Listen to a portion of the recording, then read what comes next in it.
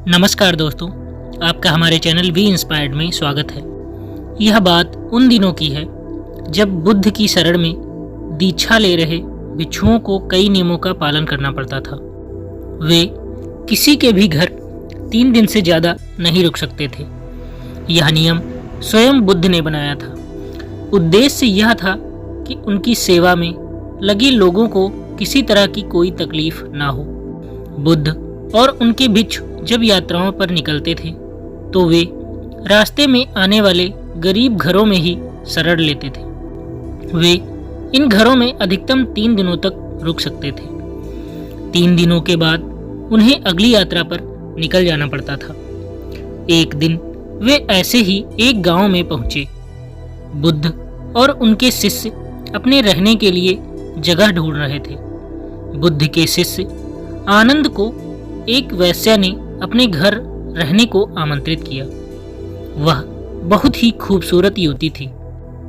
आनंद ने उससे कहा वह उसके घर पर रह सकता है, पर इसके लिए उसे बुद्ध से अनुमति लेनी होगी। क्या तुम्हें इसके लिए सचमुच अपने गुरु से अनुमति लेनी होगी? युवती ने पूछा। नहीं, मैं जानता हूँ कि बुद्ध मेरी बात मान जाएंगे, पर उनसे पूछना एक रिवाज है। ऐसा जवाब देकर आनंद बुद्ध के पास पहुंचे। हे बुद्ध, इस गांव में 3 दिनों के विश्राम के दौरान एक स्त्री मुझे अपने घर पर आमंत्रित कर रही है, लेकिन वह स्त्री एक वैश्या है। क्या मैं उसके आमंत्रण को स्वीकार कर सकता हूँ? आनंद ने बुद्ध से पूछा। बुद्ध ने आनंद की ओर मुस्कुराकर देखते हुए कहा, अगर वह तुम्हें इतने प्यार से आमंत्रित कर रही है तो तुम्हें उसके निमंत्रण को ठुकराना नहीं चाहिए। जाओ और आराम से उसके घर ही रहो। बुद्ध की यह बात दूसरे शिष्यों को गवारा न हुई। उन्होंने बुद्ध से सवाल पूछा, आप आनंद को एक वैश्या के घर कैसे भेज सकते हैं? यह भिक्षुओं के आचरण के खिलाफ है।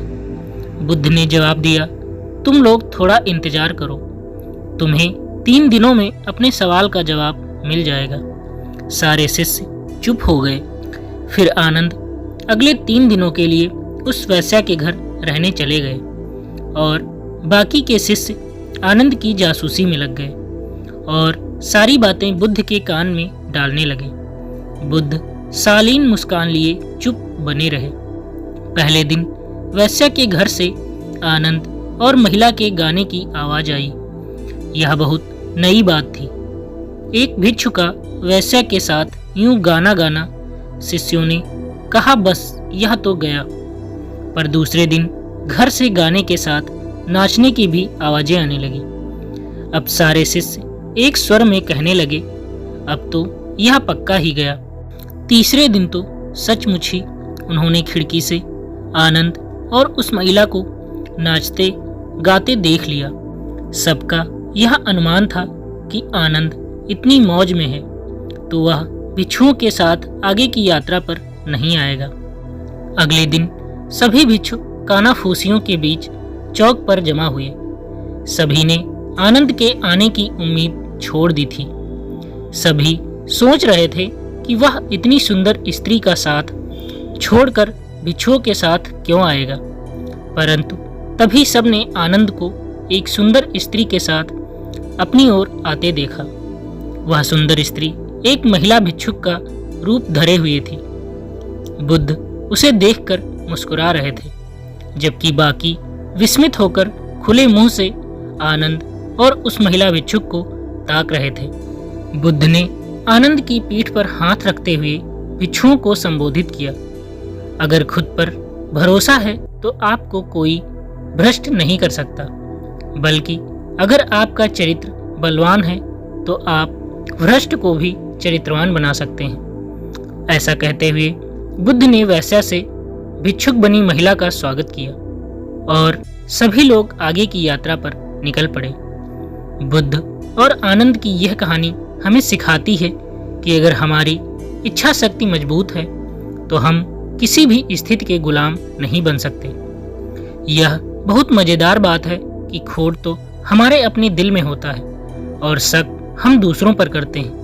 अपने दिल को साफ रखेंगे तो दुनिया भी हमें साफ नजर आएगी। किसी किताब को कभी उसके कवर से ना आंकिए। इस बात को समझ लें कि हम अगर पारदर्शी जीवन जिए तो हमें किसी कवर की कभी जरूरत ही नहीं पड़ेगी। दोस्तों, अंत में मैं आपसे एक बात कहना चाहूँगा, हर पल सकारात्मक रहिए, खुश रहिए, ऊपर वाले के आशीर्वाद के साथ और अपनों के प्यार के साथ, अपनी अच्छी और सच्ची मेहनत के साथ कर दिखाओ कुछ ऐसा कि दुनिया करना चाहे आपके जैसा। दोस्तों, आपको आज की ये स्टोरी कैसी लगी हमें कमेंट करके ज़रूर बताएं। अगर आपको हमारी ये स्टोरीज पसंद आती हैं तो वीडियो को लाइक करें और चैनल को सब्सक्राइब करें। धन्यवाद।